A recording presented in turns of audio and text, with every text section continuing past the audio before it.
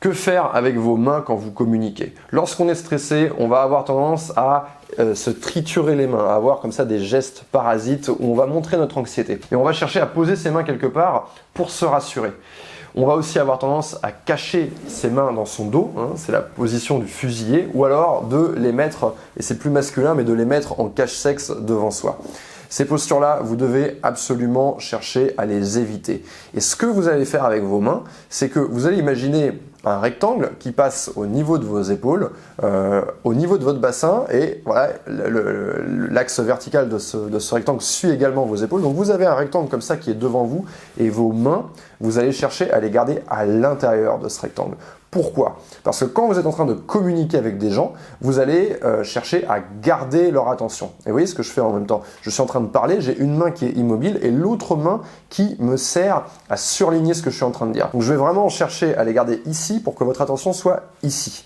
Et je vais éviter de bouger mes deux mains en même temps, je vais me servir de l'une, puis ensuite de l'autre, et je vais toujours veiller à les garder visibles. Ça va me permettre d'avoir une bonne posture, parce que mes mains étant ici, mes coudes vont être détachés. Et du coup, je vais occuper l'espace qui m'est dû. Je vais montrer aux gens que je n'ai pas peur d'occuper le terrain. Et donc, ça va faire une posture qui est vraiment agréable à regarder.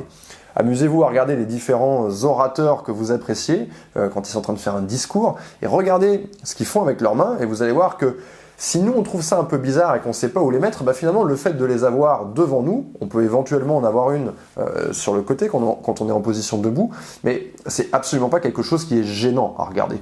Nous, ça nous paraît extrêmement stressant parce qu'on a nos mains comme ça qui servent à rien, mais le fait qu'on ait une main immobile et une main qui bouge, ça n'est pas du tout gênant. Il a été prouvé scientifiquement que votre posture a une influence sur vos émotions. Et ça a été prouvé par une femme qui s'appelle Amy Cuddy. Je vous invite à chercher son nom sur internet et à regarder les différentes présentations qu'elle a faites pour expliquer ça.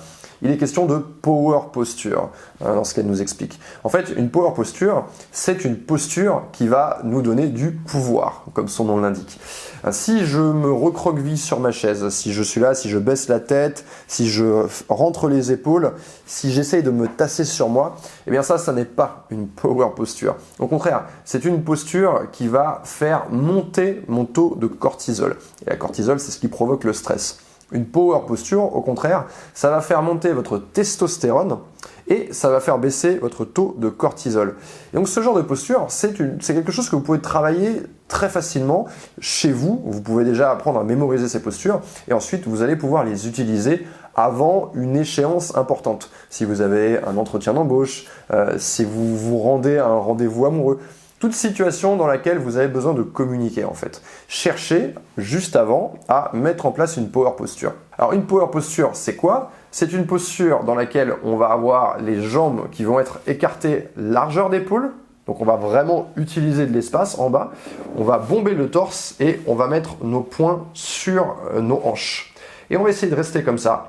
1 minute, 2 minutes, 3 minutes. Vous pouvez faire le test chez vous et vous allez voir que en vous tenant de cette manière, c'est pas de la magie, je vais avoir une posture de puissance, donc je vais me sentir puissant. Mais je vais quand même avoir cette intention dans ma démarche quand je me rends quelque part et que j'ai envie de me conditionner. Et ça, c'est une chose que vous avez peut-être déjà vécu si vous allez à la salle de sport par exemple et que vous cherchez à vous conditionner pour vous préparer à votre séance de sport. Eh bien, vous pouvez essayer d'avoir une démarche qui va être, entre guillemets, powerful, si je veux utiliser un mot anglais.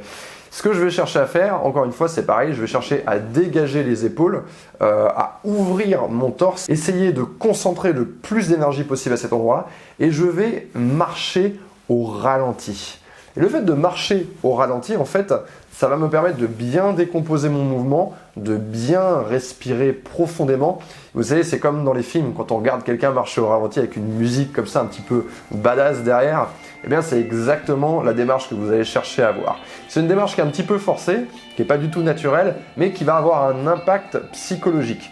Et ça va encore mieux fonctionner si vous êtes en train d'écouter de la musique que vous kiffez.